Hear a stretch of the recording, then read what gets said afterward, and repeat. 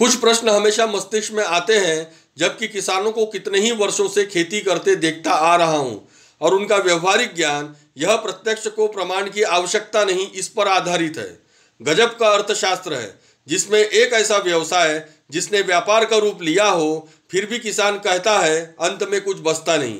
किसान कहते जरूर है कि इतने रुपयों की फसल हुई, पर इतना उत्पादन लेने के लिए खर्चा कितना हुआ यह कोई नहीं कहता, यह विदित है। अर्थात प्रति वर्ष खेती का व्यापार घाटे में जा रहा है, उत्पादन बहुत हो रहा है परंतु परेशानी बहुत है। फिर यह कैसा व्यापार है जिसका घाटा हम प्रति वर्ष सहते जा रहे हैं, फिर भी खेती का व्यापार कर रहे हैं। हम खेती में आजमाइश कर रहे हैं तथा पुरखों की संस्कृति रीति रिवाज निभाते चले आ रहे हैं।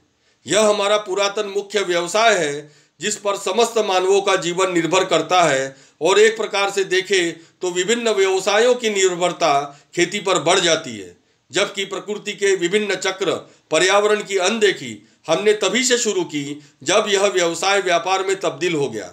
चाहे हम माने या न माने, मतभेद हो सकते हैं।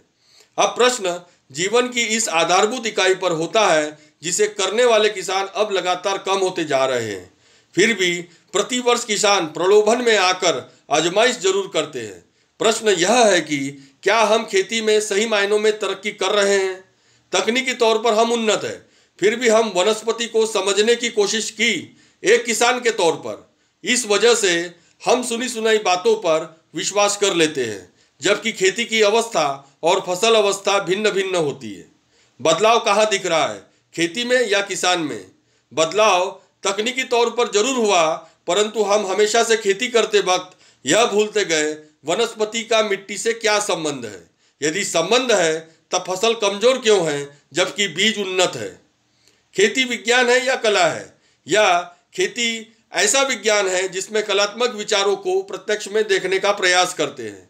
यह किस प्रकार का विज्ञान है? जबकि खेती में इतने बदलाव हुए हैं कि किसानों का संपूर्ण ध्यान और प्रयास उत्पादन लेने पर रहता है, फिर तकनीक कोई भी हो, तब क्या उस समय हम मिट्टी, बीज का पौधों में परिवर्तन, मौसम का प्रभाव, मिट्टी का प्रभाव को समझते हैं? खेती व्यवसाय है या संस्कृति है? यदि व्यवसाय है तब उन्नत बीजों का एक बड़े क्षेत्र में एकल फसल लेने पर हम आमादा क्यों हैं? हमारी जरूरतें या आवश्यकताएं क्या है? यदि रुपयों पैसों से है तब प्रत्येक चीज हम रुपयों से नहीं खरीद सकते, क्योंकि संपूर्ण फसल हमने जो बेच दी है। हमें जैविक भोजन या जैविक खेती की आवश्यकता क्यों हुई? क्या हम मिट्टी की उर्वरता, फर्टिलिटी को समझने का प्रयास करते हैं? वास्तविकता में खेती में जीवन कैसा होता है? जबकि हम आधुनिक है, हमारे विचार भी आधुनिक है और हम खेती भी आधुनिक तरीकों से करना चाहते हैं, फिर भी मिट्टी की उर्वरता, फर्टिलिटी सर्वोपरि है।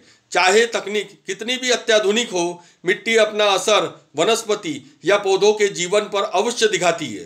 तभी आप देखिए, यदि हम परिपूर्ण रूप से सिर्फ रासायनिक खादों का उपयोग करें तथा रासायनिक खादों के समकक्ष अन्य रासायनिक खाद का उपयोग करते हैं, तब बीज बोवाई के साथ और बाद में रासायनिक खादों के बिना फसल के पौधों की वृद्धि नहीं होती है, तथा मिट्टी का असर सिर्फ पौधों को आधार देना भर है या खड़े रखना होता है।